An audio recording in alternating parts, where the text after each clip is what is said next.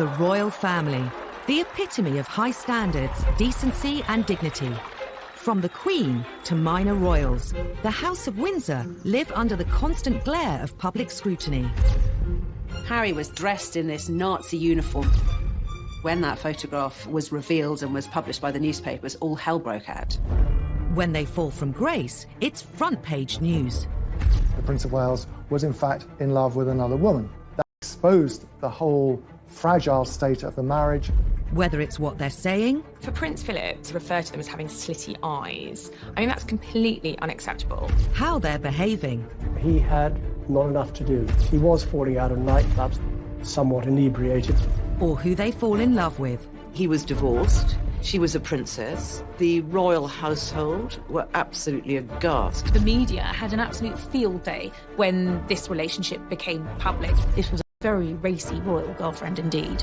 Royal scandals matter. The repercussions ripple through Britain. For the first time, you have a senior member of the royal family actually telling the world what is wrong with her marriage. Controversy can even cast questions over the crown itself. You think, well, why are we having a royal family if this is how they behave?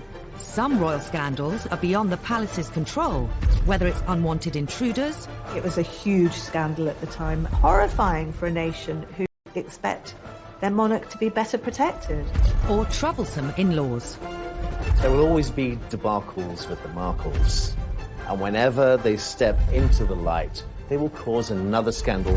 These are the stories that caused scandals at the palace, told by those that witnessed them. Well, the whole thing was embarrassing for the royal family. Not only did she wash her dirty linen in public, before it was washed, she held it up so everybody could see every little stain.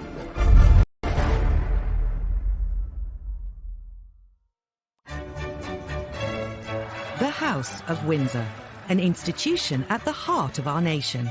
The royal family really goes to the very essence of as who we as Brits identify as and see who we are. The Queen is amazing because she's our head of state. Unlike previous royals, the Windsors rule during a media age like no other. The idea of that goldfish bowl, which the royal family live in, means that scandals are never very far away because the world is watching. However hard the royal family may try to control its image, it's almost impossible to do so when scandals erupt.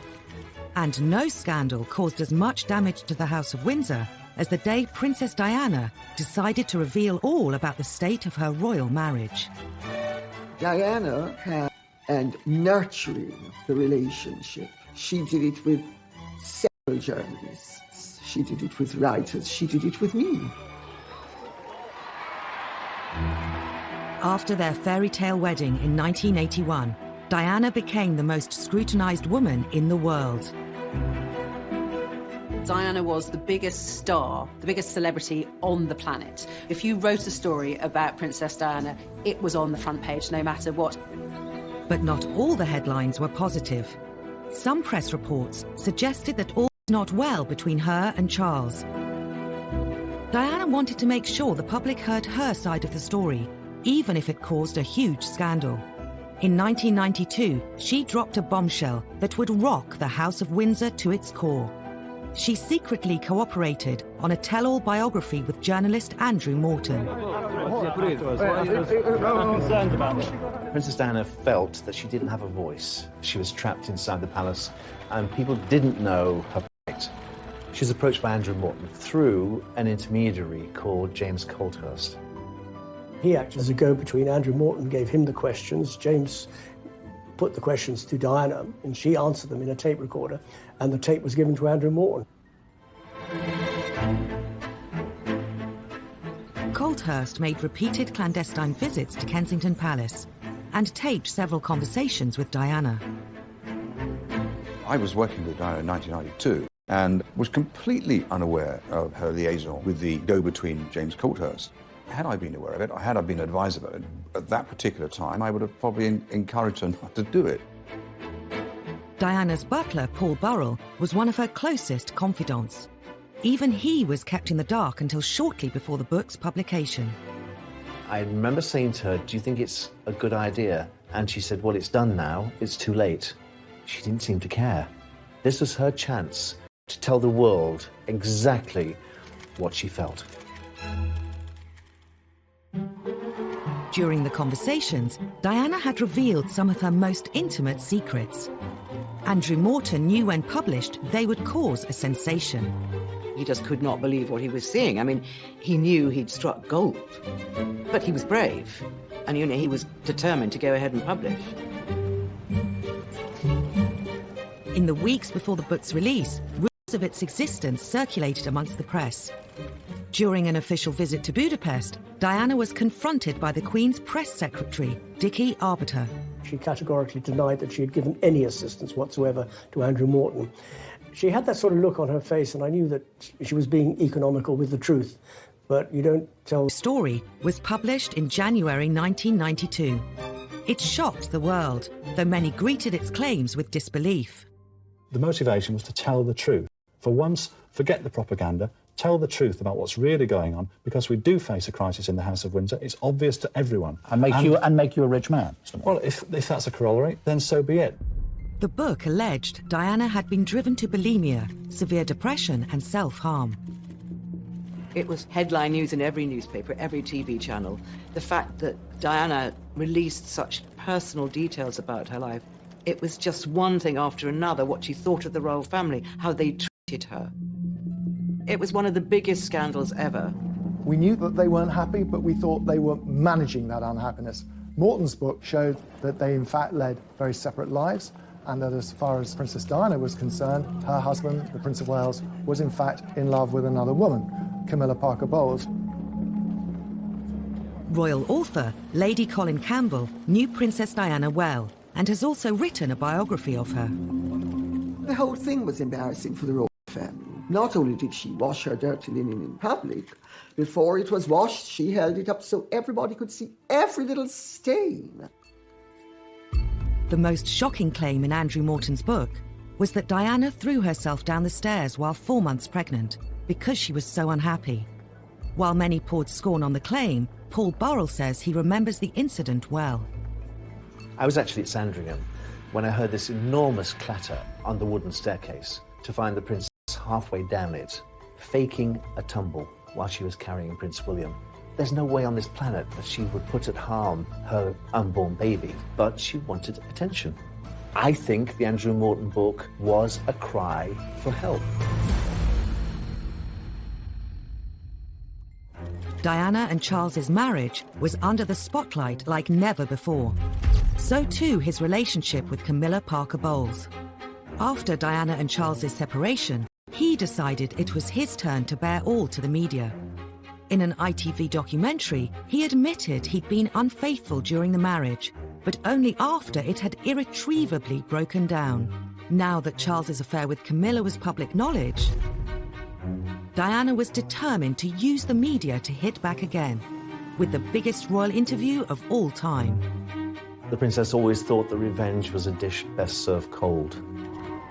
Undeterred by the scandal that would inevitably ensue, once again Diana secretly collaborated with a journalist to broadcast her side of the story. During the summer of 1995, she'd been introduced to a young man working for Panorama called Martin Bashir, and heads of the palace. Diana and Martin Bashir would go on to hold a series of secret meetings. I used to go to White City and bring him back in my car in the boot so that nobody would see him. Martin Bashir would relish the prospect of being brought into Kensington Palace in the boot, mysteriously, secretly. Diana eventually agreed to Martin Bashir's request to film an interview. But fearful Buckingham Palace would find out, she kept it a secret, even from her press secretary, Geoffrey Crawford. At the time, for her press secretary and for the Queen not to know that this explosive interview was being planned and then filmed and then broadcast without knowledge was an extraordinary breach of protocol. Paul Burrell had helped arrange Diana's meetings with Bashir, but she was obsessed with secrecy. It was a Sunday afternoon. The princess said, "You haven't seen your family this week. Why don't you go home and see your wife and children?" I thought, this is strange. I took the opportunity to go home. The coast was now clear.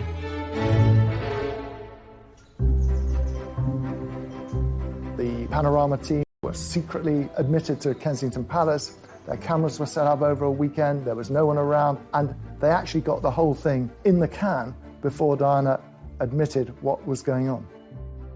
Monday morning, I arrived back at the palace to notice all the furniture had been moved in the Prince of Wales' study. And I said to the princess, why have these chairs been moved in different directions? I had a dance class yesterday afternoon.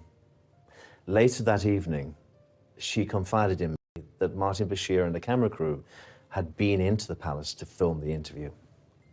Oh my goodness, I said, you didn't say anything you shouldn't say, did you? She said, well, I did say a few things. Would you say that you were happily married? Very much so. But the pressure on us both as a couple with the media was phenomenal. I think the thing people remember most is her description of her marriage and the fact that there was a third party in their marriage, namely Camilla Parker Bowles, whom she made clear had been having an affair with the Prince of Wales, her husband. The princess came across as doe-eyed, vulnerable, hurt, wounded. She knew exactly what she was doing, even down to her makeup and the way she was dressed. The way she presented herself on that Panorama interview was key to winning over the hearts of the nation. It got more than 22 million viewers. You can also see why the royal household was so totally devastated by it, and they didn't even know it was happening when it was being planned. With Army officer James Hewitt. Yes, I adored him. Yes, I was in love with him. She just needed somebody to love her. Diana would make one more shocking comment about Charles's future role as king. Being Prince of Wales produces more freedom now, and being king would be a little bit more suffocating. And because I know the character, I would think that the top job, as I call it, would bring enormous limitations to him. And I don't know whether he could adapt to that. Some think Diana was driven by an ulterior motive.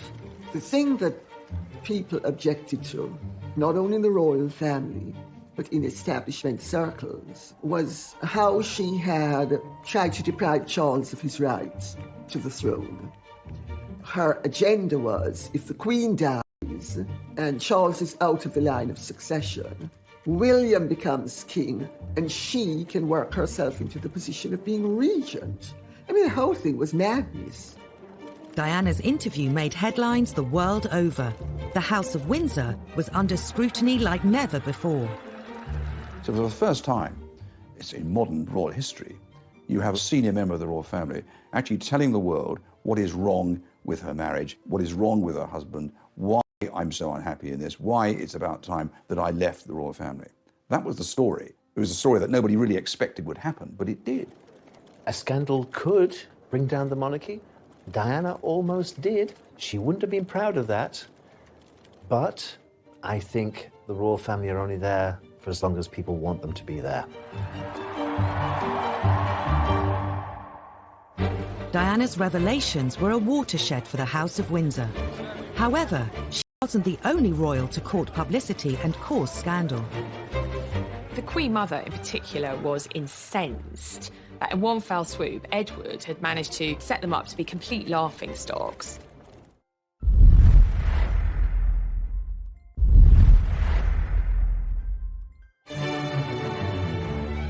As reigning monarch for over 65 years, the Queen has had to endure decades of royal scandals. Many have involved her 4 children.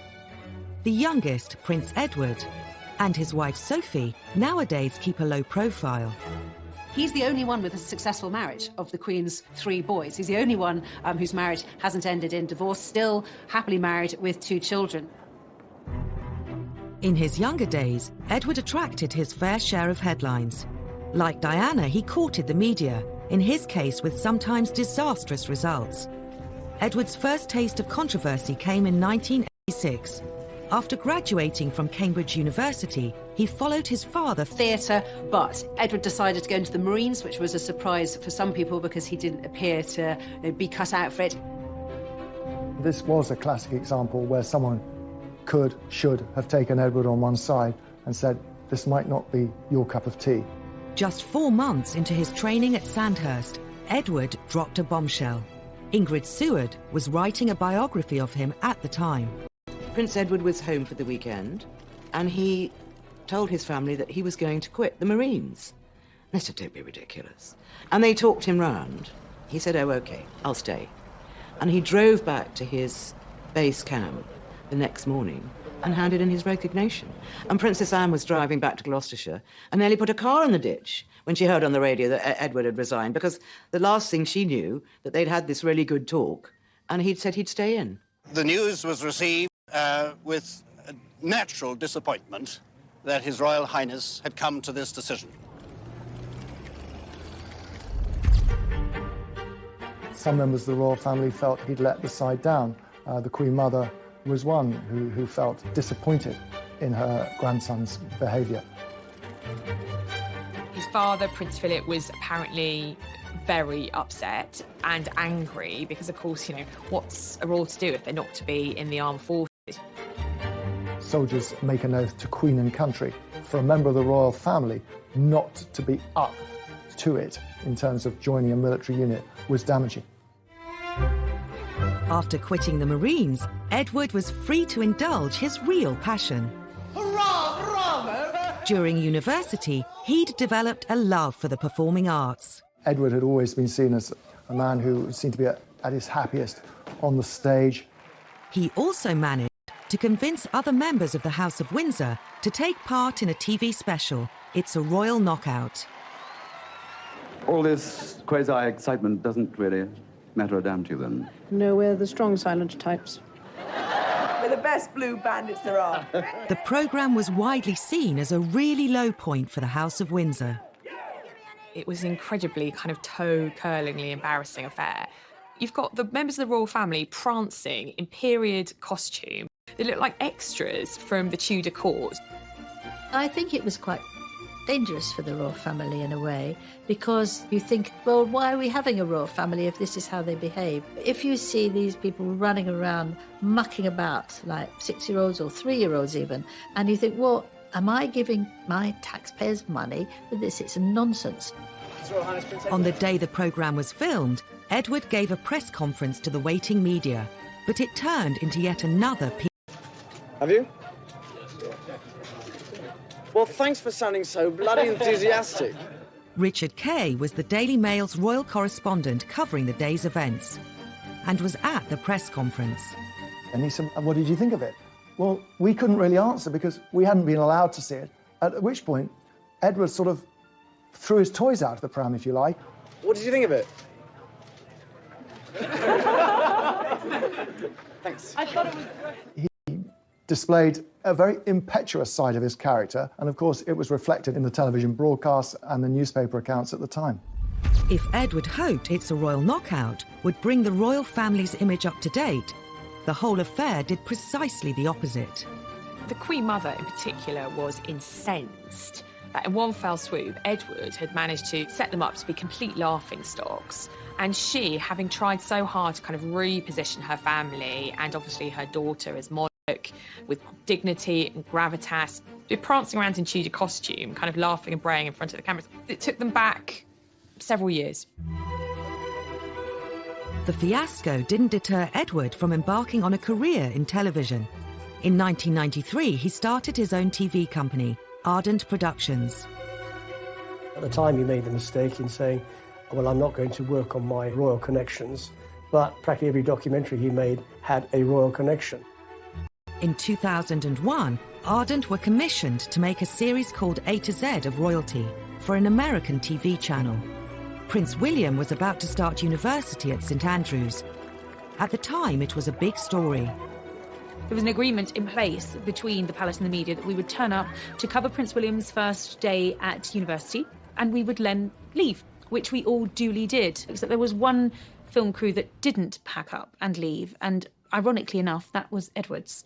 Edward's film crew broke the agreement Clarence House struck with the media and continued to film around the university. Edward and his media career once again attracted all the wrong headlines. Edward was very defensive about it, maintaining that they weren't stalking Prince William, they were merely doing some extra shots they wanted to take up there. It did look very much like there were two rules. One rule for the working press, if you like, the media, and another for the royal family. It looked favoritism. Press reports claimed Ardent's bungling caused a huge bust-up between Edward and William's father. Prince Charles was apoplectic about it. When news reached him that there was still a camera there, there was quite a colourful phone conversation had between the two brothers. Ardent were forced to issue a public apology. It was a massive case, end of Edward's fledgling production career. Edward's television career was subject to press ridicule from the beginning. It was symbolic of the media's changing relationship with the royals. In the years immediately after the war, the British media showed far more deference to the monarchy. But in the 1950s, that began to change. The threat of scandal forced Princess Margaret to abandon her plans to marry. Her suitor, a member of the royal staff, named Peter Townsend.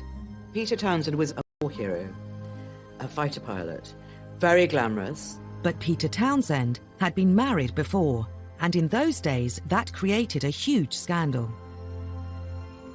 The obstacles were enormous. He was divorced, she was a princess, the royal household were absolutely aghast. It was seen as a scandal because you can't do that as a royal. You can't get involved with somebody who is divorced. It's not done.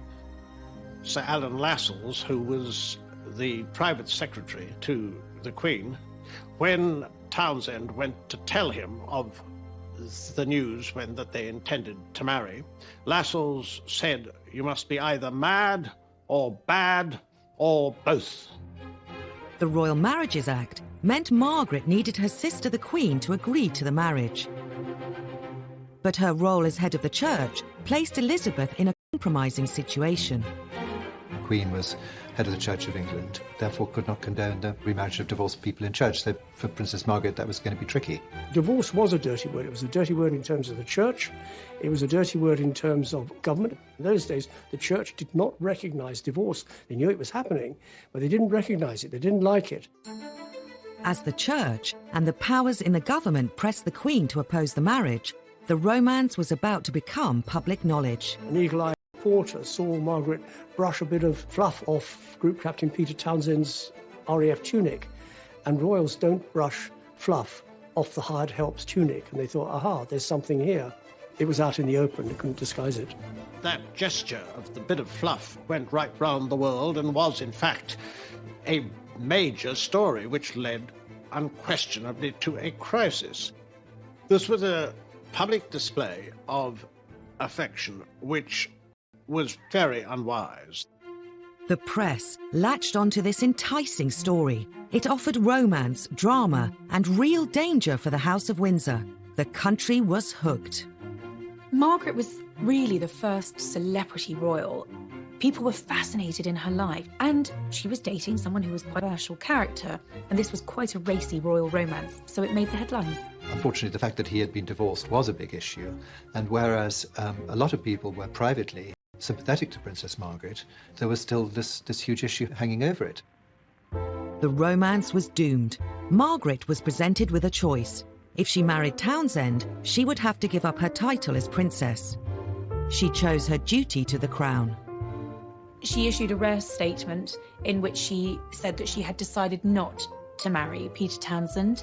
She recognised that being Princess Margaret and given her place in line to the British throne, that actually it was a case of duty before self, and that was what she decided to do. It was the first of the post-war scandals to hit the royal family. It was a tragedy in many ways that Margaret hadn't been able to marry him. He was her first love, the big love of her life. The Queen's intervention quelled the growing controversy around Princess Margaret's love affair. But the damage to royal reputations was done, and the floodgates had been opened. The age of deference was over. The royal family was now fair game. Half a century later, tales of a tearaway prince would create more shocking headlines in the tabloid press. Prince Harry did have a very troubled adolescence. He missed his mother a lot.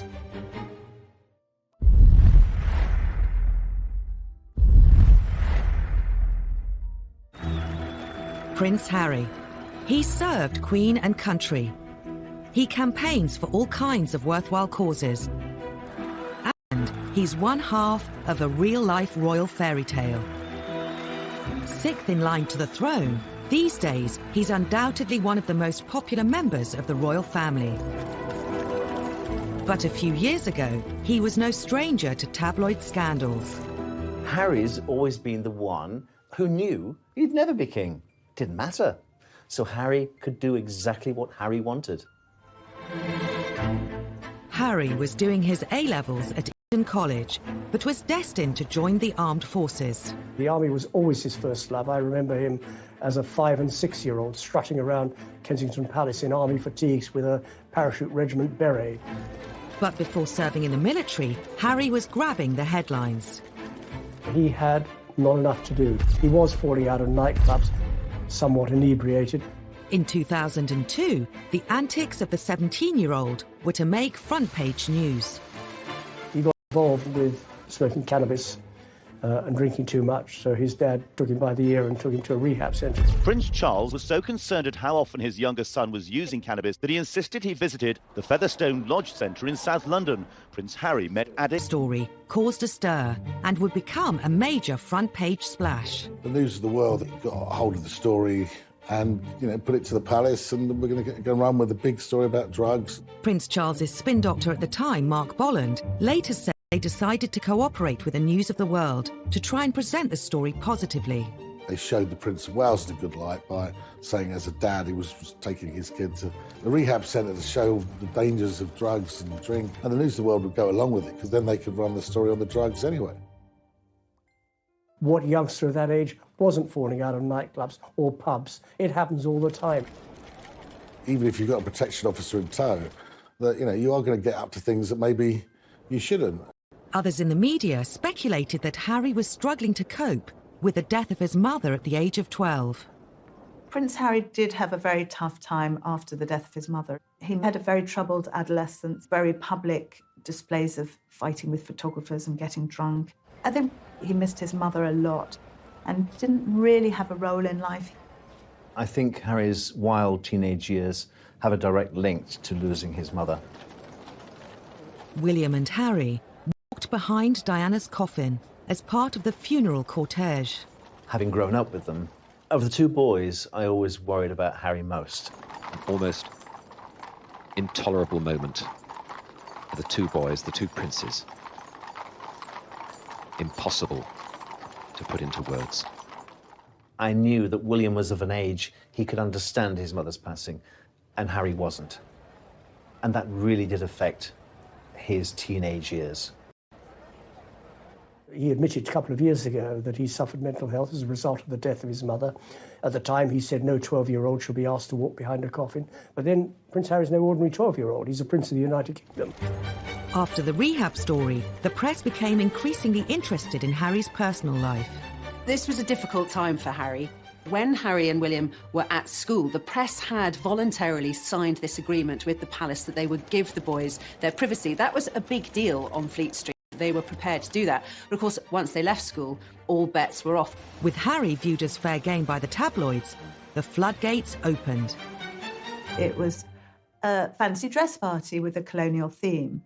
Harry, for some reason beyond most people's understanding, decided that he was going to dress up with Nazi insignia, which a guest caught and photographed and sold to the Sun.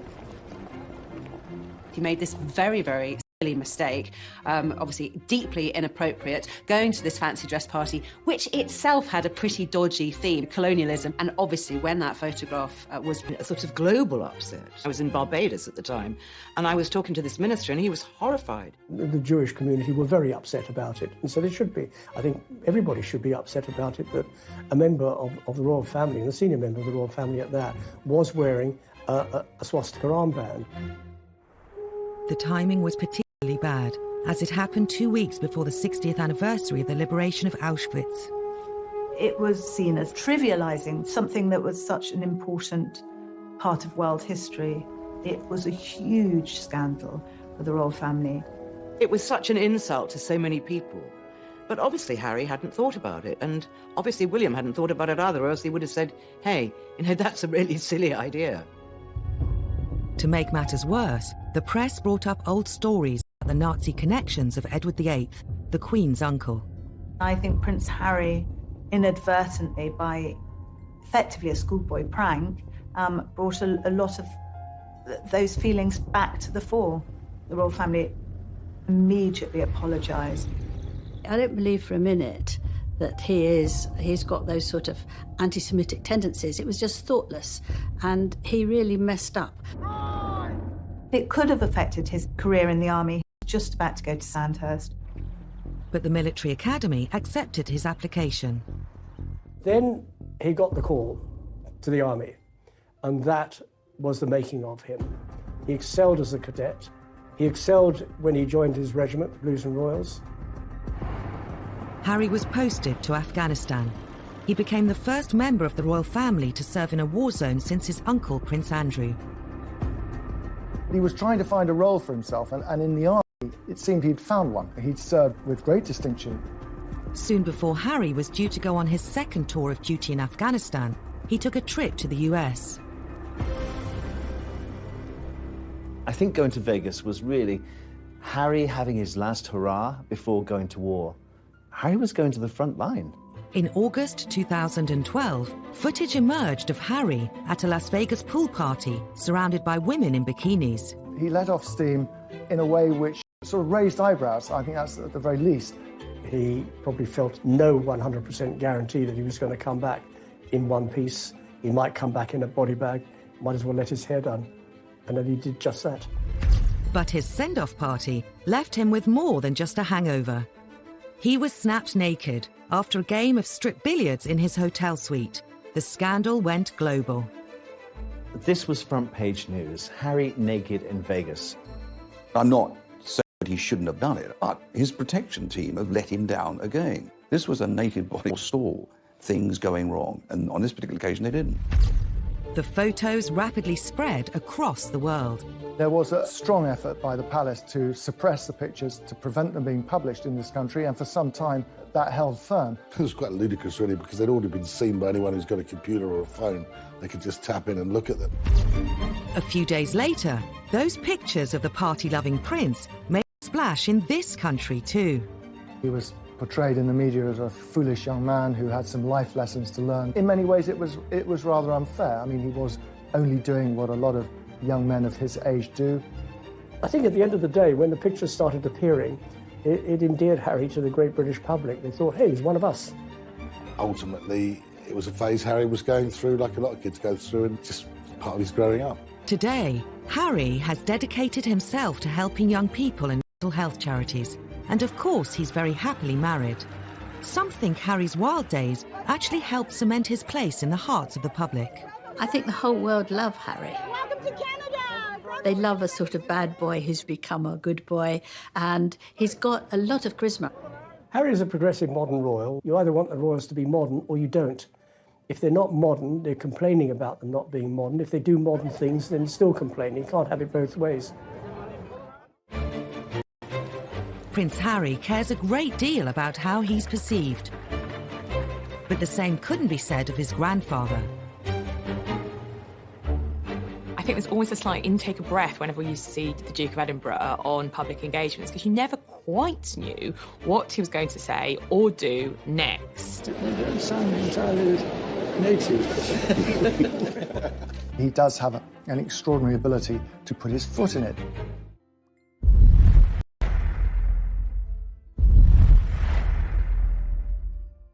Before retiring from public engagements well into his 90s, Prince Philip did a remarkable job, accompanying the Queen on royal visits throughout the UK and all over the globe.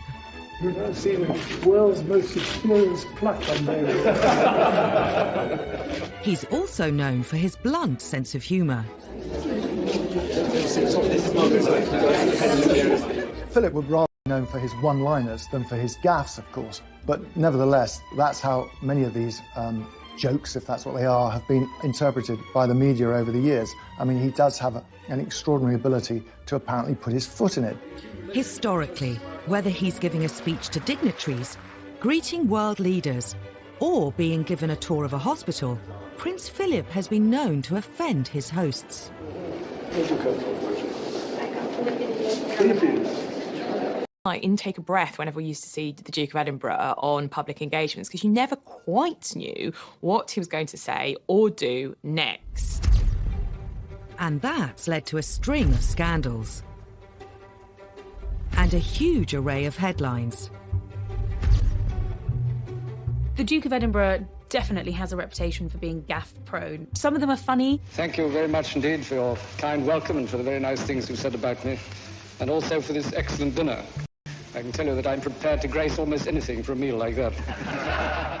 Some of them are very non-PC. Prince Philip today unveiled an award, but also at one point observed that a somewhat dilapidated fuse box looked as though it was put in by an Indian. And some of them are downright offensive. You don't sound entirely native. I just don't think he can help himself. He just says what he thinks. And I suppose in the 1920s and 1930s you could get away with that. Prince Philip is a law unto himself. I think it would take a very, very brave person to say, sir, by the way, can you just tone it down a bit? No one tells Prince Philip what to do, first and foremost. He is his own man. He says what he thinks and what he feels. At the centre of a storm, the Duke visiting Ely Cathedral today, saying nothing more about handguns. On his behalf, though, a lengthy apology from Buckingham Palace after he questioned the wisdom of new restrictions. He is trying to say the right thing, and sometimes it doesn't come out quite right. He's always taken the view that his role is an icebreaker. The Queen is actually remarkably shy. In 2013, Philip met Nobel Prize-winning education campaigner Malala Yousafzai. One thing about children going to school. They go to school because their parents don't want them in the house. Instead of putting people at ease, sometimes he puts them in the spotlight. In 2010, Navy Sea Cadet Elizabeth Rendell made national news when the Duke asked her if she worked in a strip club. He was with people in uniform. He's always much more comfortable with naval and army types, and he obviously felt secure in their surrounding that he could crack a joke. While people in the UK are used to his old-fashioned sense of humour, on the international stage, the Duke has sometimes threatened diplomatic relations with foreign countries. I don't think he means any genuine offence when he makes these one-liners, but unfortunately, he has offended nations and peoples around the world. In 2009, the Duke committed one of his most high-profile blunders when meeting Barack and Michelle Obama. Meetings with the Chinese, the Russians, David Cameron. Can you tell the difference between I think Prince Philip asking whether you could tell the difference between Chinese, have a preponderance of saying something rude about the Chinese. In 1986, while on a state visit to China, Philip made arguably his most infamous and catastrophic blunder of all. They were behind the red flag of China for the very first time, a huge visit because of all the trade potential. And it went terribly well, up and until Philip's comment. He described Beijing as ghastly and then made further offensive comments about the Chinese people. I was there when he said to a group of students, if you stay here any longer, you'll get slit eyes. The students themselves weren't offended. However, the hosts were, and there was an enormous diplomatic mission undertaken to smooth things over. Of course, on the surface, everyone said they weren't offended at all, but we were always told that behind the scenes, things were very fraught. I don't think the Queen was overly impressed with that one. The Duke's gaffes may cause tension, but the press have always lapped them up. Some who know the royals feel Philip is treated unfairly. Prince Philip likes to relate to people on a human level. He tells jokes that are funny. what have you done wrong? But if you hijack the joke and take it out of its context, it can be misinterpreted. The problem is when Prince Philip makes a gaffe, all the press are absolutely delighted because there they have their story.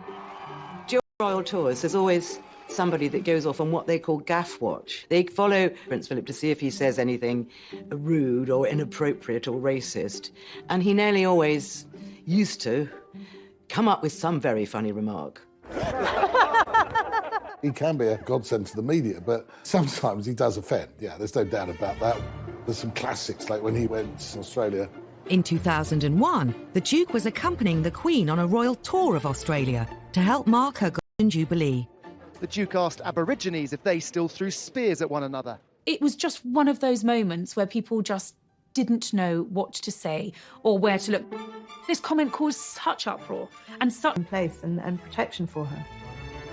You would think that Buckingham Palace is one of the most secure properties in the land. You're wrong. 7 a.m. on a hot July morning in 1982. 33-year-old unemployed decorator Michael Fagan was suffering from severe depression after the breakup of his marriage. He found himself outside Buckingham Palace and spotted an open window. Back in the day, the security was there, but not enough. Fagan scaled the floor. He began wandering the corridors of the palace. Within minutes, he reached the wing housing the royal apartments, including the Queen's bedroom. He had managed to completely evade royal protection and security and get straight to the Queen. On his way in, Fagan had set off an alarm sensor, but thinking the alarm was faulty, the police silenced it. To make matters worse, the armed police officer, who should have been outside the royal bedroom, was away from his post. Fagan walked straight into the Queen's bedroom, where she was fast asleep. He could easily have killed the Queen in her bed, and that would have been it. He sat on her bed, and apparently she kept him calm by having a nice chat. Minutes later, palace police bundled him out of the room. Her Majesty told me the story personally. I said, well, that's extraordinary. She said, plus, he was gripping a broken ashtray and he was bleeding on my counterpane. All she was worried about was the bloodstain on her bedclothes. She wasn't worried about her safety at all. Anything could have happened to our monarch lying in her bed. She could have been knifed, she could have been suffocated. It was a huge scandal at the time, horrifying for a nation who expect their monarch to be better protected. The embarrassment and the scandal reverberated through the corridors of Buckingham Palace, down the Mall into Westminster. It was such a national scandal that the Home Secretary offered his resignation. The Queen said no, but he obviously felt embarrassed enough to offer it, and I think that was right. Michael Fagan wasn't charged, but did spend the next 6 months in a psychiatric hospital. The scandal meant that royal security was doubled, and Her Majesty could sleep safely in her bed. The Queen had a close escape, but 2 decades later, the royals were hit by yet another security scandal at Prince William's 21st birthday party. It seemed lessons hadn't been learned. It's impossible to believe that an imposter can get into Windsor Castle, particularly something as high profile as Prince William's 21st birthday party, and yet that's what happened. The theme of the party was Out of Africa. Unbeknown to the news crews filming the build-up, they'd caught on camera the man who would be on the front pages of the tabloids the next day. And it wasn't the birthday boy. Happy birthday! Dressed as Osama bin Laden wearing a ball gown, a little-known comedian, Aaron Barshak, the self-styled comedy terrorist, was parading around Windsor's streets, pretending to be one of Will's party guests. You can see from the footage Barshak walking up Castlegate, up to the castle, all dressed up as a comedy terrorist with a big black beard and his robes. Because, of course, trying to monitor who's meant to be there and who's not meant to be there when the comedian was dressed in a pink dress and a fake beard. So he clearly didn't fit with the theme. He should have set security alarm bells going much earlier than he did. But in fact, he was able to slip in undetected. How he managed to scale the walls, how he subsequently managed to infiltrate the party. I mean, this was the stuff of almost unbelievable reports the next day. The walls of Windsor Castle successfully kept out the rebel barons in the 13th century, but they were no match for a man in a peach-coloured ball gown and a false beard. He managed to get past the police security and into the castle, which, by the way, is a pretty big place, straight into the party. I mean, that was a huge security breach. Barshak climbed onto the stage, where Prince William was making a speech. He kissed him on the cheek before eventually being detained. He certainly shouldn't have been allowed to get anywhere near, let alone kissing distance, of William. The fact that he got on stage, no one realised anything was wrong until Prince William looked at him and said, "Who the hell are you?" It is rare for almost all senior members of the royal family to be gathered together in one place. And if Barshak had been someone with evil intent, well, you can imagine the consequences. There was a huge public outcry. David Blunkett, the Home Secretary at the time, had to make apologies on behalf of the police. Security breaches don't get any bigger than that. It was a huge royal scandal, and suddenly all of the attention was off the birthday boy and on what was essentially a massive security threat. David Blunkett did also, interestingly, put the boot into the royal family. He clearly wasn't prepared to take the full blame on behalf of the police and said that the royal family had specifically asked for lighter touch policing on that night. Every senior member of the royal family was in attendance. Had that been a real-life terrorist, we'd be talking about a very different story today. Could the lax security around the royals have prompted the idea behind the next breach? Less than 6 months later, an undercover reporter infiltrated the royal household and got a job as a footman. The reporter faked a CV, bogus references, and somehow managed to elude royal security and all of the checks that surely go with applying for a job in the household. The Daily Mirror even managed to take this grainy photograph of their fake footman, Ryan Parry, standing on the balcony of Buckingham Palace. The Mirror journalist described how his uniform guaranteed virtually unlimited access to every part of the palace. For the Daily Mirror, this was a massive coup, revealing the most astonishing details about the domestic lives of the royal family. The fake footman had access to Queen and Prince Philip their breakfast.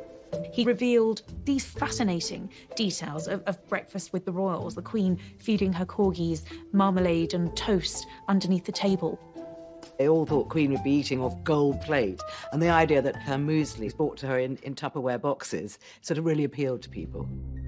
The British public were able to gawp at what Her Majesty eats for breakfast.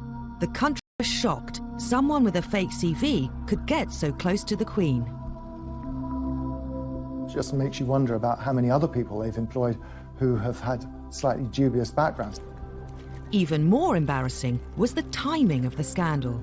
He was there on the eve of a presidential stay. In fact, he saw the president's bedroom. There could have been a real scandal over the fact that this undercover reporter was working within feet of President Bush while he was a guest of the Queen. For the palace, utter humiliation, an absolute breach of royal security. While security staff can be hired and fired, even the royals can't choose their in-laws. The Markles, they're not going anywhere. Meghan's family obviously want to cash in on her fame and her royal connections.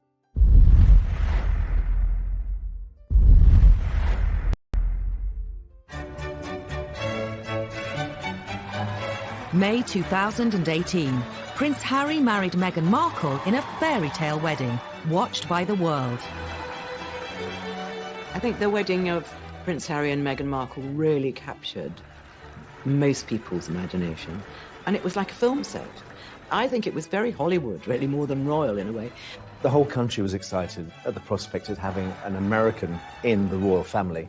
The royal wedding itself was like a giant street party. Everybody loved it. For the Windsors, a royal wedding means welcoming a new set of in-laws into the family. The royals have had a brilliant way at dealing with the in-laws. We always used to call them the outlaws because they were not hugely welcomed in. But that has changed in recent years. The royals are now much more welcoming to those whose families, of those who marry into them. But new in-laws can bring their own potential for scandal beyond the control of the palace press machine. Since Meghan's engagement, her family have been a gift for the scandal-hungry tabloid press. One thing you have to understand about the Markle family is it's a rather dysfunctional family, especially from where we're sitting here. The run-up to the royal wedding was a very, very difficult time, I think, for Meghan and for Harry, and what should have been the happiest day of their lives was overshadowed by a very unhappy build-up to the wedding. Meghan's half-sister Samantha, having previously labelled Meghan a social climber, she revealed she was writing a book called The Diary of Princess Pushy's Sister. Meghan and her half-sister Samantha have never been close. It is abundantly clear that Samantha Markle is deeply jealous of her. She's also been outspoken on Twitter, in one outburst branding Meghan the Duchess of Nonsense. The Markles have caused a huge amount of problems. Samantha is off the rails as far as the things that she says. In the weeks before the wedding, the scandals kept coming. Many of the Markles have been keen to cash in on their fame through their new royal connection. And no one is doing that better than Tyler Dooley, her nephew, who is growing cannabis quite legally. He decided that he was going to launch a brand of cannabis called Markle's Sparkle. You can't control the families they marry into, particularly if the families they're marrying into are on the other side of the world. In the United States, they are citizens of another country. They do things in a different way. Some royal observers think the problems with Meghan's family became even worse after Harry appeared on Radio 4's Today programme. Were there family traditions you had to explain to her? Oh, plenty. I think that's probably. I think we've got one of the biggest families that I know of, and every family is complex as well. So, no, look, she's done an absolutely amazing job. Just getting in there, and it's the family that I suppose she's never had. Harry's comment about Meghan's family sparked a very public war of words with the Markles. It was a crass remark, I think, by Harry. I think he immediately regretted it because it exploded into the social media, Twitter sphere, if you like. Samantha Markle is very handy on social media, and she responded pretty much immediately, saying, well, wait a minute, there is a family here. We were all there when Meghan was growing up, and the palace should have intervened quickly to nip it in the bud. A simple invitation to the wedding would have solved it. But wedding invitations weren't forthcoming. I think Samantha Markle, along with the rest of the Markle family, have been hurt by being ostracised. I think by being pushed to the margins and left out, the biggest street party in our country last year really, really hurt them. Then, Meghan's half-brother Thomas Jr. decided to have his say in the press. He decided in his wisdom that he was going to write an open letter to Prince Harry, suggesting that he called off the wedding and saying, it's not too late, mate, to get out of it, and my half-sister is shallow and jaded and conceited. Really wants to protect her from her family, as far as I can see. The big scandal of all involved Meghan's father Thomas and some faked photographs. All had seemed well when Kensington Palace announced he would be walking his daughter Meghan down the aisle. We were all looking forward to seeing both her mother and her father at her side on the wedding day. But as the date got closer and closer, it became apparent that there was a problem with her relationship that she had with her father and whether he was actually going to be able to attend. 2 weeks before the wedding, what appeared to be paparazzi photos emerged of Thomas Markle being measured for a wedding suit. Another image showed him in an internet cafe near his home in Mexico, looking at pictures of Meghan and Harry. But soon after their publication, it emerged that Thomas Markle had colluded with a photographer to stage the photos. During the run-up to the Meghan and Harry wedding, there was a lot of attention put on to Thomas Markle, who felt that he was getting a lot of bad publicity. He was being portrayed as a sort of reclusive, penniless slob in Mexico, was sort of the image that he felt he was getting, and he wanted to correct that image. So he decided, in his wisdom, or distinct lack of wisdom, that he would set up these photos that showed him, in his opinion, in a better light. The focus of the wedding shifted from the bride and this great British event to the bride's father. The British press had a field day. Samantha Markle admitted advising her father to do the photos. They were both accused of ruining Harry and Meghan's imminent wedding. Whether he was financially rewarded for them, we're not entirely sure, but the assumption was he was being paid for these pictures. And that started alarm bells ringing at Buckingham Palace. And then, of course, there was so much written about how this must be very, very humiliating for Meghan and what's her relationship and is he going to come to the wedding after all or not, which was, of course, the big question mark about all of that. Was Thomas going to walk Meghan down the aisle? As the clock ticked down to the big day, it was reported Thomas Markle was in hospital with heart problems, meaning he wouldn't be at the wedding. It turned into a huge fiasco for the royal family. This was a man who had to miss his daughter's wedding, who was flailing around not knowing what to do and ended up in hospital with a heart attack. In the end, Prince Charles stepped in. As a father of a daughter, more than anything, You want to give your daughter away, I'm certain, at her wedding, and the fact that he couldn't do that must be a sense of deep, deep sadness to him. Could the whole scandal have been avoided? Now, wouldn't you think they'd learned their lessons from the past? Wouldn't you think that they'd send somebody out to America to take care of the father of the bride? But Dickie Arbiter, the Queen's former press secretary, says that Buckingham Palace was powerless to intervene. A lot of people were saying prior to the wedding that maybe the palace should have done more to protect Thomas Markle. Suggests that Harry and Meghan should fly out there. Well, it's not that simple. A member of the royal family goes to a foreign country. First of all, you've got to ask the Queen's permission, A, if they can go. Then you've got to say to the government you want to go. Royals can't just jump on a plane. The controversy surrounding Thomas Markle and the fake photos put a huge strain on his relationship with Meghan, and there was worse to come. Meghan tried to mend the rift and wrote her father. What did he do? He released that letter, a personal letter from his daughter to himself, to the media. If every time she writes to him or rings him, he talks to a journalist, then she's going to stop doing it. So she's going to have to cut him out of her life, I fear. To make matters worse, 6 months after the wedding, Thomas Markle appeared on TV, complaining Meghan had cut off all contact. Been trying to reach out for several weeks. Every day I try to text her. I just haven't received any comment back. And Samantha appeared on Channel 5's Jeremy Vine show to defend what she'd said about Meghan.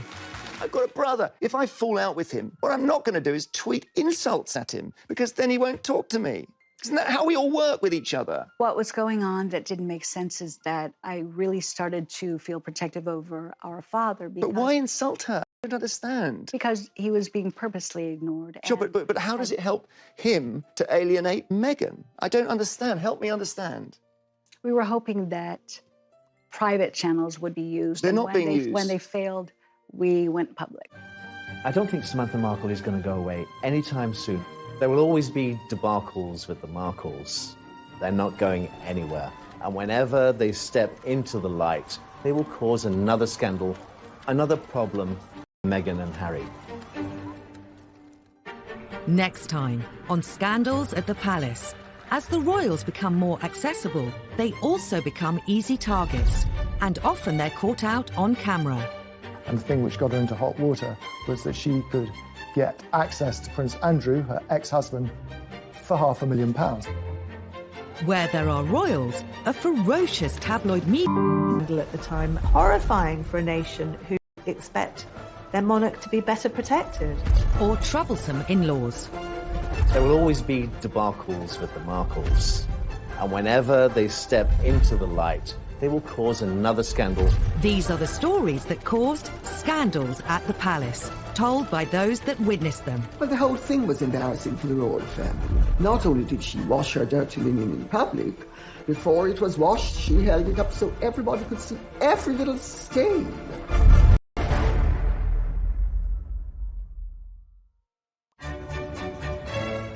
The House of Windsor, an institution at the heart of our nation.